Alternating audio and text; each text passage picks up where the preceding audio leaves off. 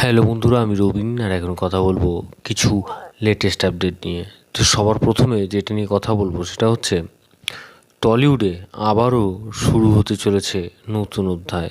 জনপ্রিয় পরিচালক রাজ চক্রবর্তী নিয়ে আসছেন তার পরবর্তী সিনেমা হোক কলরব। ছবির নাম শুনেই বোঝা যাচ্ছে এটি শুধু বিনোদনের জন্য নয়, সমাজের বার্তা ছড়িয়ে দেওয়ার লক্ষ্য রাখবে। এই ছবির সবচেয়ে বড় চমক হলো ছোট পর্দার পরিচিত মুখ, দর্শকদের প্রিয় অভিকা মালাকার এর বড় পর্দায় অভিষেক। বহুদিন টেলিভিশনের পর এবার প্রথমবারের মতো সিনেমায় অভিনয় করতে দেখা যাবে তাকে। সিনেমার গল্প গড়ে উঠেছে মূলত তিনটি জুটিকে ঘিরে। প্রথম জুটি ওম সাহানি ও শুভশ্রী গাঙ্গুলি। দ্বিতীয়টি হচ্ছে জন ভট্টাচার্য ও অভিকা মালাকার এবং তৃতীয় জুটি রোহন ভট্টাচার্য ও শ্রেয়া ভট্টাচার্য। এছাড়াও গুরুত্বপূর্ণ চরিত্রে অভিনয় করছেন টলিউডের দুই দাপুটে অভিনেতা শাশ্বত চট্টোপাধ্যায় ও দেবাশিস রায়। সব মিলিয়ে হোক কলরব হতে চলেছে এক অন্য ধরনের সিনেমা, যেখানে একদিকে নতুন জুটির এবং অন্যদিকে সতেজ রসায়ন, অন্যদিকে অভিজ্ঞ অভিনেতাদের দুর্দান্ত অভিনয় আর তার সঙ্গে সমাজমুখী কাহিনী। এবং আমরা প্রথমবারের মতন ওম এবং শুভশ্রীকে দেখতে চলেছি। তো দেখা যাক কী হয়। এবং ছবির তো শুভ মুহূর্ত হয়ে গেছে, তো ছবির রিলিজ ডেট বা আরও কী কী আপডেট আসতে থাকে দেখব, তো তোমাদের সেই অনুযায়ী দিতে থাকবো আপডেট। তো পরবর্তী আপডেট হচ্ছে ফের জুটি বাঁধতে চলেছেন জিতু কামাল এবং শ্রাবন্তী। তাদের আগামী ছবি হতে চলেছে সাইকোলজিক্যাল থ্রিলার। তবে দেখা যাক কীরকম হয়, কারণ এর আগের ছবিটা যা ছিল সেটা নিয়ে তো কোনো কথাই বলা যায় না।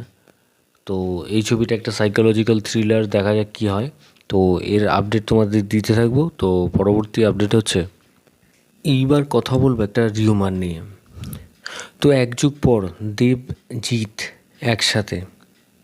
অরিন্দম শ্রীলের পরিচালনায় দেব ও জিৎকে পর্দায় একসাথে দেখা যেতে পারে শরদিন্দু বন্দ্যোপাধ্যায়ের বিখ্যাত উপন্যাস ঝিন্দের বন্দি অবলম্বনে নির্মিত সিনেমায়। তো এটা রিউমার, তবে দেখা যাক এটা কি হয়, মানে সত্যি হয় কি না, কারণ যা রটে তার কিছু কিন্তু ঘটে। তো দেখা যাক কি হয়। তো এটা হলে তো খুব ভালোই হবে, কারণ আমরা জিৎ এবং দেবকে দেখেছিলাম দুই পৃথিবীতে।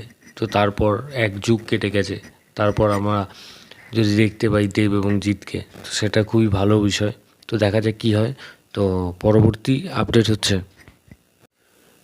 প্রিয়তমা খাদান বরবাদ রঘু ডাকাত। এরপর শোনা যাচ্ছে এবার নাকি তিনি পরিচালক কৌশিক গঙ্গোপাধ্যায়ের ছবিতে নায়িকা হচ্ছেন। তার নাম ইধিকা। 29 আগস্ট মুক্তি পাবে ইধিকা সোহম জুটির রূপক মানে বহুরূপ ছবিটি। তবে কৌশিক গঙ্গোপাধ্যায়ের সঙ্গে ছবি প্রসঙ্গে এখনও পর্যন্ত নায়িকা বা পরিচালক কেউই কিছু বলেননি।